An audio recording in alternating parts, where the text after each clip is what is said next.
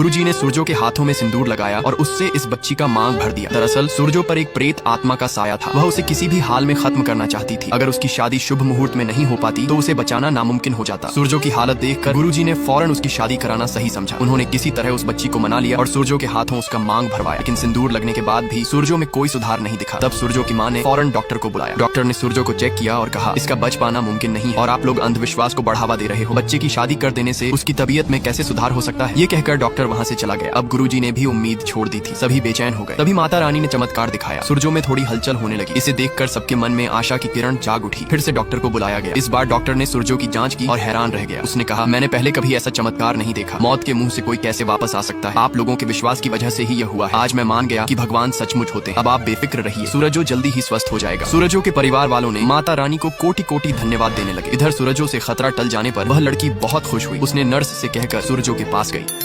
ये देखकर उस लड़की ने अपनी मांग में लगे सिंदूर को पोंछने की कोशिश की। तभी एक बुजुर्ग औरत ने उसे रोकते हुए कहा, ये क्या अनर्थ करने जा रही हो? तुम्हारे माथे पर मेरे दादू भाई ने सिंदूर लगाया है। तुम एक सुहागन बन चुकी हो। ये सुनकर लड़की बोली, मेरी शादी कहाँ हुई है? मैंने तो सिर्फ सूरजो को बचाने के लिए उससे मांग में सिंदूर भरवाया था। न कोई बैंड बाजा, न 7 फेरे और न ही कोई पुरोहित था। तो ये शादी कैसे हुई? सबने उसे समझाने की बहुत कोशिश की, लेकिन वह किसी की बात मानने को तैयार नहीं थी। वह बोली, सिंदूर पहन लेने से किसी की शादी कैसे हो सकती है? मंदिर में भी पंडित जी हमें सिंदूर लगाते हैं, तो क्या वहाँ हमारी शादी हो जाती है? नहीं, मेरी कोई शादी वादी नहीं हुई। तब लड़की के पिताजी ने सबसे अनुरोध करते हुए कहा, मेरी बेटी अभी छोटी है, इसे मेरे साथ जाने दीजिए। लेकिन वह बुजुर्ग औरत किसी भी हाल में इस लड़की को सूरजो के जीवन से जाने देना नहीं चाहती थी। तब गुरुजी ने बच्ची को समझाया, सचमुच तुम्हारी शादी सूरजो से हो चुकी है। अगर तुम अपनी मांग से सिंदूर मिटाओगी तो सूरजो पर कोई बड़ा संकट आ जाएगा। तुम्हें अब सूरजो के साथ उसकी ढाल बनकर रहना होगा। ये सुनकर बच्ची के पिताजी ने कहा, आप लोग कहना क्या चाहते हैं? मेरी बच्ची आपके साथ रहेगी तो मैं क्या करूंगा? मुझे अपनी बच्ची चाहिए। लेकिन बुजुर्ग औरत गुस्से में उन पर भड़कते हुए बोली, अब यह सिर्फ तुम्हारी बच्ची नहीं है, ये मेरे दादू भाई की पत्नी और इस घर की बहू भी है। इधर वह प्रेत आत्मा जब बच्ची अपनी शादी को स्वीकार नहीं कर रही थी तब सूरजो की दादी उस पर भड़क गई। हम लोग जैसा कहते हैं तुम्हें वैसा ही करना होगा। मामले को बिगड़ता देख गुरुजी ने बच्ची को प्यार से समझाने की कोशिश शुरू की। उनकी बातें ध्यान से सुनने के बाद बच्ची ने अपने पिताजी से पूछा, क्या आप मेरे बिना रह पाएंगे? तब उसके पिताजी ने दिल पर पत्थर रखकर कहा, हाँ बेटी, मैं तुम्हारे बिना रह लूंगा। अब तुम्हारी शादी हो गई है, तुम्हें इनके साथ ही रहना होगा। फिर सभी माता रानी की पूजा करने के लिए घर की ओर रवाना हो गए। हॉस्पिटल में सूरजो का चाचा उसकी देखभाल के लिए रुक गया। गाड़ी में बैठकर बच्ची बार बार अपने बाबा को एक बार देखने की बात करने लगी, लेकिन सूरजो की दादी ने उसे धमकाकर चुप करा दिया। इससे सूरजो की माँ को बुरा लग गया। उसने कहा, ये अभी बच्ची है, इसे प्यार से भी समझाया जा सकता है। बच्ची के इतना कहने पर आखिरकार सूरजो की दादी ने उसे जाने की इजाजत दे दी। इधर बच्ची के पिताजी ने गुरुजी को अकेले में पाकर उनसे एक सवाल किया, आप तो सब जानते हैं और हमसे बेहतर समझते हैं, आप मुझे बस इतना बता दीजिए कि मेरी बेटी के भाग्य में सुख लिखा है या नहीं। तब गुरुजी ने बड़ी विनम्रता से जवाब दिया, सुख और दुख उसके अपने हाथों में है। अगर वह चाहे तो हर संकट और कठिनाई से निकल सकती है। उसमें बहुत क्षमता है, तुम उसकी चिंता बिल्कुल मत करो। ये सुनने के बाद वह गाड़ी से उतरकर अपनी बेटी से मिलने आया। बच्ची को अकेला छोड़ने के लिए उनका मन नहीं मान रहा था।